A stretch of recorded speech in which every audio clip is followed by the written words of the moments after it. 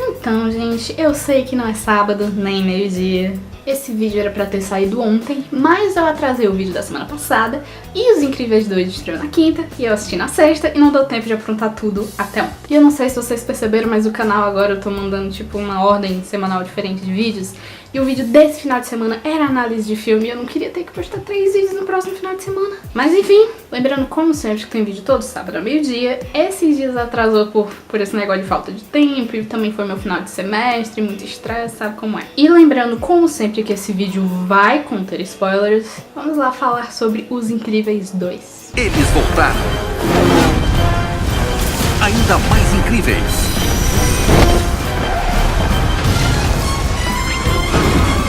Combustão iminente? O que significa? Significa fogo, Roberto. Os Incríveis 2.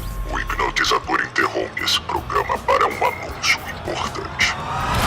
Foi o traje, o lance pode esquentar. Já chega, 15 minutos. Chega onde em 15 minutos? É melhor você voltar rapidinho.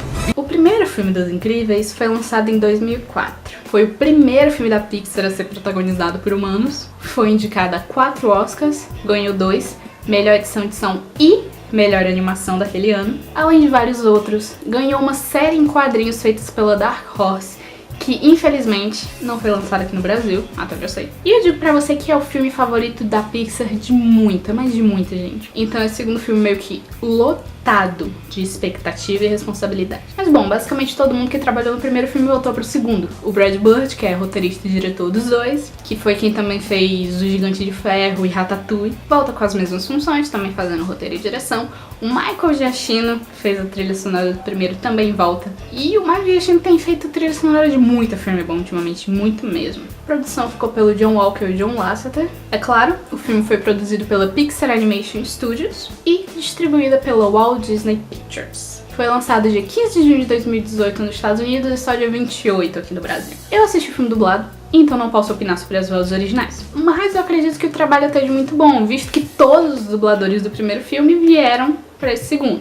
Falando da dublagem em inglês, a original. Menos o do Flash, porque eu acredito que aquele rapaz hoje em dia deve ter a voz mais grossa do mundo, não encaixa mais no personagem. Aqui no Brasil, a maioria dos dubladores voltou, não todos, porque deu algum problema com a dublagem que eu não sei explicar direito qual foi. Mas já nos últimos DVDs lançados dos Incríveis, vinha com uma dublagem diferente pro Beto, pro Flash e pro Lúcio. Que no caso, essas vozes que tem nesse DVD, que inclusive é o DVD que eu tenho, estão nesse segundo filme. Então, se você só assistiu Os Incríveis no cinema e depois veio ver o segundo filme só no cinema, então você provavelmente percebeu essa mudancinha de voz. Eu não gosto muito de como essas vozes estão no DVD. Pra mim elas estão muito sem expressão, então eu tava bem preocupada. Mas o pessoal se garantiu, foi uma melhora de assim 200% comparado ao DVD pra esse segundo filme. Então relaxem. Se eu que achava merda achei bom, então é porque tá legal. Mas é claro, como sempre, deu treta por causa do Star System que a Disney faz pra esse filme. A galera pirou quando anunciaram que Otaviano Costa, Flávia Alessandra,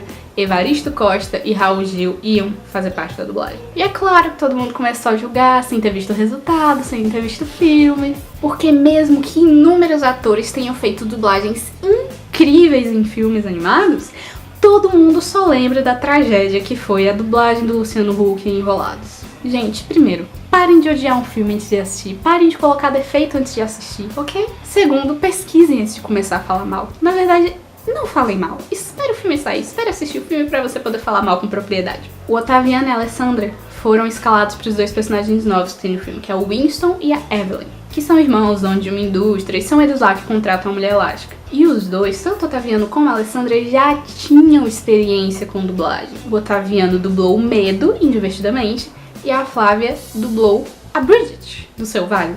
Que Selvagem não é um filme tão bom, mas ela foi uma boa dubladora. E ambos arrasaram nesses 2 papéis. Óbvio, não tô dizendo que só porque um cara é ator quer dizer que ele saiba dublar, porque dublar é difícil pra caralho. Mas especificamente nesses casos, esses 2 atores já tinham feito trabalhos com dublagem, já tinham se saído bem e já tinham experiência. E de novo, aqui nesse filme fizeram um trabalho lindo e arrasador. Já no caso do Evaristo e do Raul Gil, é a mesma coisa que os youtubers e os narradores de esporte em Carros 3. Os youtubers foram participações tão pequenas que o pessoal nem reclamou depois do filme, porque assim, eu acho que é o Rezende que tá no filme.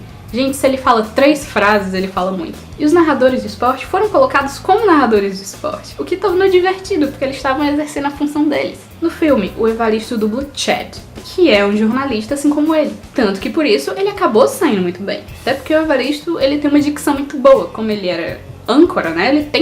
Ele já tem uma dicção muito boa. Eu achei que em alguns momentos faltou um pouquinho de personalidade, mas deu pra ver que ele se esforçou, que teve um trabalho de direção ali. E ficou um trabalho legal. Não perfeito, mas também não ruim. E o Raul Gil, gente? O Raul Gil... Porra, gente. Eu não acredito que fizeram tanto caso por causa do Raul Gil. O Raul Gil do Esguicho, que é um super-herói novo. Assim, novo de ser introduzido nesse filme. Mas ele, na verdade, é um senhorzinho. E viado... encaixou tão bem a voz do Raul Gil nele. E mais, embora o Esguicho apareça várias vezes, ele só tem uma fala. E não é nem de 1 minuto. Ficou muito fofinho e se encaixou muito bem. Falando agora em termos técnicos, o Brad Pitt fez um trabalho ótimo de direção, porque afinal ninguém conhece e ama aqueles personagens como o Brad Pitt. A animação em si é muito bem feita, muito fluida. Na direção de arte eles mantiveram o design dos personagens, aquele quadradão, aqueles rostos angulosos. Tipo, mantiveram esse formato que muita gente acha que remete muito ao estilo dos anos 60. E meio que só poliram, adicionaram textura, cor... muitos detalhes. Então basicamente eles mantiveram o formato, eles só atualizaram a animação. E a direção de arte sempre é ótima também, porque Os Incríveis não se passa em uma data definida. O Brad Bird já falou, não existe uma data definida para Os Incríveis passar. Então, pra mim pelo menos, é uma coisa meio fluida de anos 60 para 90. E a direção de arte usa isso muito bem, as coisas têm um visual retrô, mas a tecnologia também é muito avançada. É assim uma coisa meio, não sei quem conhece, que tá assistindo, mas meio Fallout. As cenas de ação são ótimas, super criativas, super legais. As de espionagem também, e eu tenho que admitir, nos 2 filmes as minhas cenas favoritas são as de espionagem, que eles têm que agir mais no stealth, investigativo e tudo mais. Adoro as partes em que eles têm que ficar se esgueirando pelos lugares, especialmente a Mulher Elástica. A trilha sonora do Michael Giacchino sempre é um espetáculo à parte. As músicas têm uma vibe muito parecida com as do primeiro, ainda bem, e elas conseguem te levar muito, elas te animam, elas te deixam tenso, te deixam preocupado. Mas o que me pegou nesse filme mesmo foi a montagem. O filme tem um ritmo muito bom. E eventualmente, quando eu tô assistindo outros filmes, eu paro e começo a reparar nos cortes. Tem sempre esse momento em que eu paro, assim, a minha imersão meio que quebra e eu começo a prestar atenção nos cortes. Mas aqui não. Em nenhum momento eu parei pra observar os cortes. Foi simplesmente fluindo até o final. E isso não aconteceu. Agora, falando da tradução, da adaptação do filme aqui pro Brasil. Eu achei que a tradução ficou um pouco estranha na questão de nomes dos heróis. Porque assim, antigamente, em todo filme, quando vinha as palavras em inglês, tudo era traduzido. Hoje, por questões de licenciamento, não é mais traduzido, porque agora os nomes dos personagens meio que viram uma marca. É meio que por isso que a gente hoje tem a Tinkerbell como Tinkerbell e não mais como Sininho. E no filme de 2004, todos os nomes foram traduzidos. Frozone virou Gelado, Mr. Incredible virou Senhor Incrível, e por aí vai. Aqui nesse filme mantiveram os nomes traduzidos dos personagens principais. Então eles continuam sendo a família Pera, com o Roberto Pera. A Edna continua sendo Edna Modai, não Edna Mode, como é o nome original dela. Mas os nomes dos demais personagens ficaram muito misturados. Alguns nomes foram traduzidos e outros não. E eu não sei que critério foi esse. O que é que leva um nome a ser deixado em inglês e outro a continuar em português. Eu entendo que alguns, como o da Voight, tem o mesmo significado, então não faz sentido mudar. Mas, por exemplo, no primeiro filme a gente conhece o Olho Laser, que é um super-herói que foi morto pelo Síndrome. Aqui nesse filme ele é mencionado, mas não como Olho Laser, como Geyser Beam, que é o nome original dele. Eu, pelo menos, fiquei muito confuso. O cara falando Geyser Beam, o que é Geyser Beam? Quando eu vi o logo dele, foi que eu vi o Olho Laser. E também um dos heróis novos, que é o Reflux, em inglês, que aqui virou o Esguicho, que é o tal personagem que o Raul Gil dublou. Mas tem outro que é o Brick, que poderia ser traduzido como tijolo, mas não, continua sendo Brick. Que na verdade parece que aquele personagem é uma mulher, então não é o Brick, é a Brick. Mas aqui o personagem foi tratado como um homem, tanto que foi dublado por uma voz masculina e todo mundo chama de O Brick. Então eu acho que nessa questão de nomes faltou um pouco de constância, faltou um pouco de cuidado na tradução. Porque, enfim, um personagem aparentemente mudou de gênero, e no primeiro filme tudo foi traduzido, e aqui ficou meio misturado, sem parecer ter nenhum critério para quais são os nomes traduzidos e os que se mantêm em inglês. Eu achei que ficou meio bagunçado. Eu considero um problema. Provavelmente muita gente não se incomoda com isso, mas eu considero um problema. Mais uma coisa que se manteve que eu adoro são as piadas brasilizadas. Tipo o Eu Tô Bege que o Lúcio diz no trailer. E no primeiro filme tem muito disso, e nesse aqui se mantém essas piadas mais brasileiras, então é muito divertido, torna muito divertido. E antes de ir pro roteiro, eu queria falar um pouco sobre esse assunto, porque eu acho que você deixava pro final do vídeo, ninguém vai ver. Mas em 2007, o Brad Bird falou que consideraria uma continuação pro filme. Tava pensando, tinha umas ideias. Mas agora ele já declarou que não pretende voltar pra mais uma continuação. Obviamente isso não impede a Pixar de querer fazer uma nova continuação pros Incríveis. E aí é que fica complicado. Tanto eles podem obrigar o Brad Bird a fazer, por questões de contrato, ou se ele realmente não quiser não retornar, eles podem entregar o roteiro e a direção do filme pra outras pessoas. Arriscado, mas é uma possibilidade.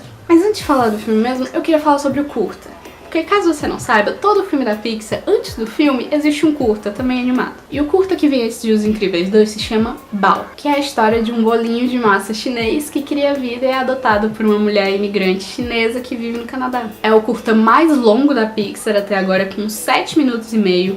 Também é o primeiro a ser dirigido por uma mulher, que é a Domee Shi. Espero ter pronunciado não tão errado. E o curta conversa muito com o filme porque também fala de relações familiares. E de um modo lindo, assim, muito tocante mesmo. Eu queria só falar de um assuntinho bem rápido antes de entrar no roteiro propriamente dito. Não fiquem com raiva porque eu estou enrolando. Muitos amigos meus me perguntam por que tem surgido tanta continuação de filme, por que tem estreado tanta continuação de filme ultimamente. Mas o que aconteceu é que em 2007, 2008, houve uma greve dos roteiristas em Hollywood. Eu não vou entrar em porquês nem comos, isso se você se interessar você pesquisa rapidinho no Google. O que importa é que milhares de roteiristas pararam, simplesmente pararam de escrever.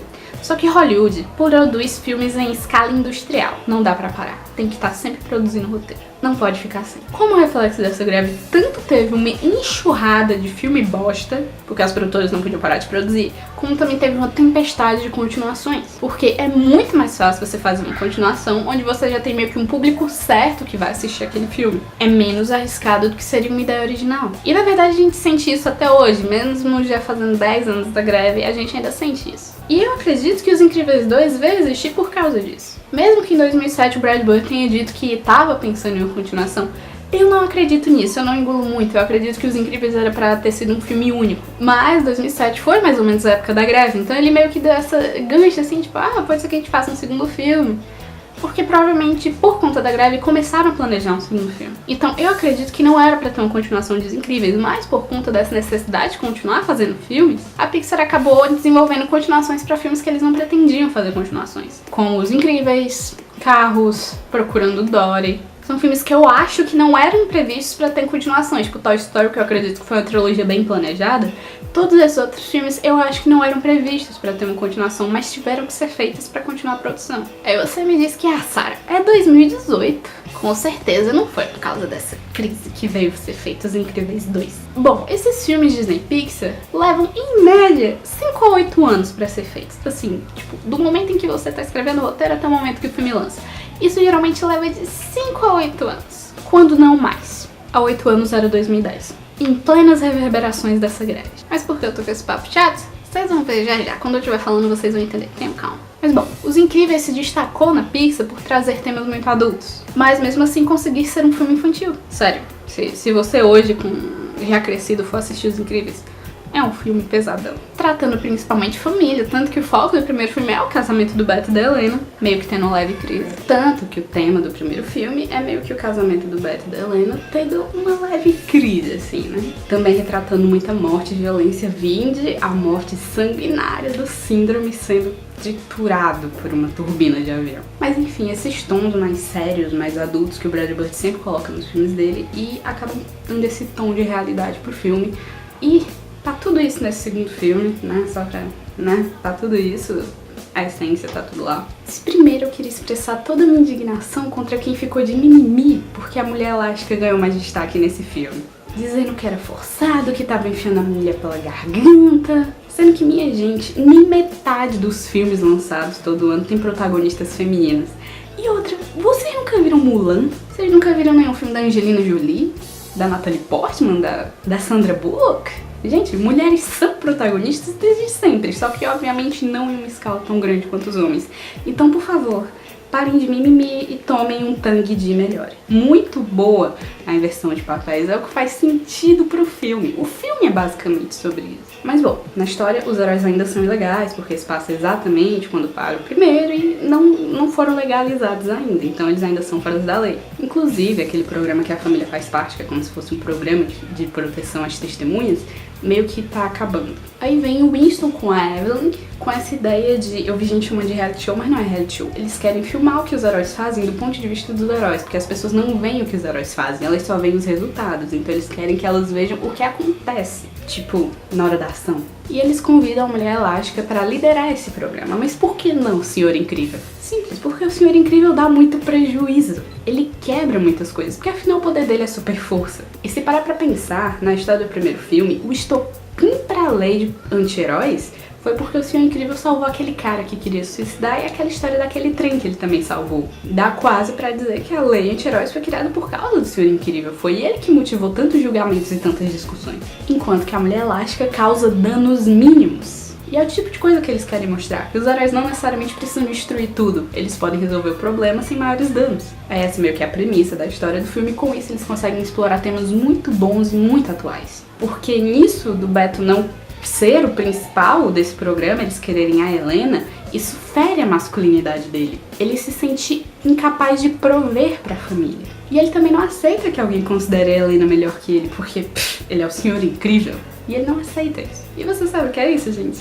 É uma crítica. Isso é muito atual. Então a gente tem a Helena experimentando pela primeira vez em tanto tempo o que é ser valorizado, o que é não ser só a mulher do Senhor Incrível, de ser mais do que isso, enquanto o Beto tem que parar de fugir da família dele e cuidar dela. E como a Edna diz, inclusive na cena que tá no trailer, poucas coisas são mais heróicas do que ser pai. Nisso, o filme meio que fica dividido entre os dois. O protagonismo é dos dois. Os filhos têm certo destaque, porque eles também são personagens principais, mas o Zezé rouba totalmente a cena em cada momento que ele aparece. A Violeta fica no meio termo e o Flash é totalmente esquecido. Me dói dizer isso, mas o Flash é totalmente esquecido. Ele só tem o problema da matemática, eu nem diria que isso é uma subtrama muito boa. Mas enfim, até o momento em que os três vão agir juntos pra ajudar e salvar os pais. Daí o destaque fica sendo pros filhos. Eles assumem o protagonismo do filme por uns 10 minutos, talvez um pouco menos. Eu gosto também que o filme fale que relacionamento não é competição. Não é sobre quem fica com a parte chata e quem fica com a parte divertida. E ele não se sustenta se as pessoas não trabalharem em conjunto. Tanto que o filme só se resolve quando todo mundo começa a trabalhar em sincronia. Nisso o filme já falou de responsabilidade, de realização pessoal e de família. A Edna obviamente volta, ela tem uma participação curta, mas bem divertida. Eu adoro como ela admira, como ela ama os heróis com todas as forças. Ela é tipo a gente, ela representa muitos fãs, ela é a gente como vivendo naquele universo. E como eu disse, o Zezé rouba muito a cena do filme. Ele é basicamente o filho em destaque. Como mostrado no trailer, o Zezé tem vários poderes sobre os quais ele não tem controle. Isso, assim como em todos os outros personagens, é meio que pra refletir a personalidade dele. A Violeta fica invisível porque ela é tímida. O Zezé tem vários poderes porque ele ainda é um bebê. Ele pode basicamente ser qualquer coisa, a famosa página em branco. E pra quem não sabe, existe um curta da Pixar chamado O Ataque do Zezé. Colocando aqui na pesquisa do YouTube você encontra rapidinho, completo, ele tem uns 4 ou 5 minutos. E nesse curta conta o que aconteceu quando o Zezé tava sozinho com a Karen, aquela babá em casa, que tanto que naquela hora que eles estão voltando pra casa, a Helena ouve várias mensagens desesperadas da Karen, e aí nisso o curta explica o que foi que aconteceu. Basicamente, a Karen colocou Mozart pro Zezé ouvir, como ela fala, né, que é bom pros bebês colocar Mozart. E isso desperta os poderes dele. E aí a noite da coitada vira um inferno. Inclusive, nesse curta, no final dele, o Ricardo usa na Karen a mesma máquina que ele usa no Toninho no começo do Os Incríveis 2, aquela máquina pra apagar as memórias. E aí, até então, a gente tinha informação que o Zezé tinha 11 superpoderes. Mas agora, de acordo com o próprio Senhor Incrível, são 17.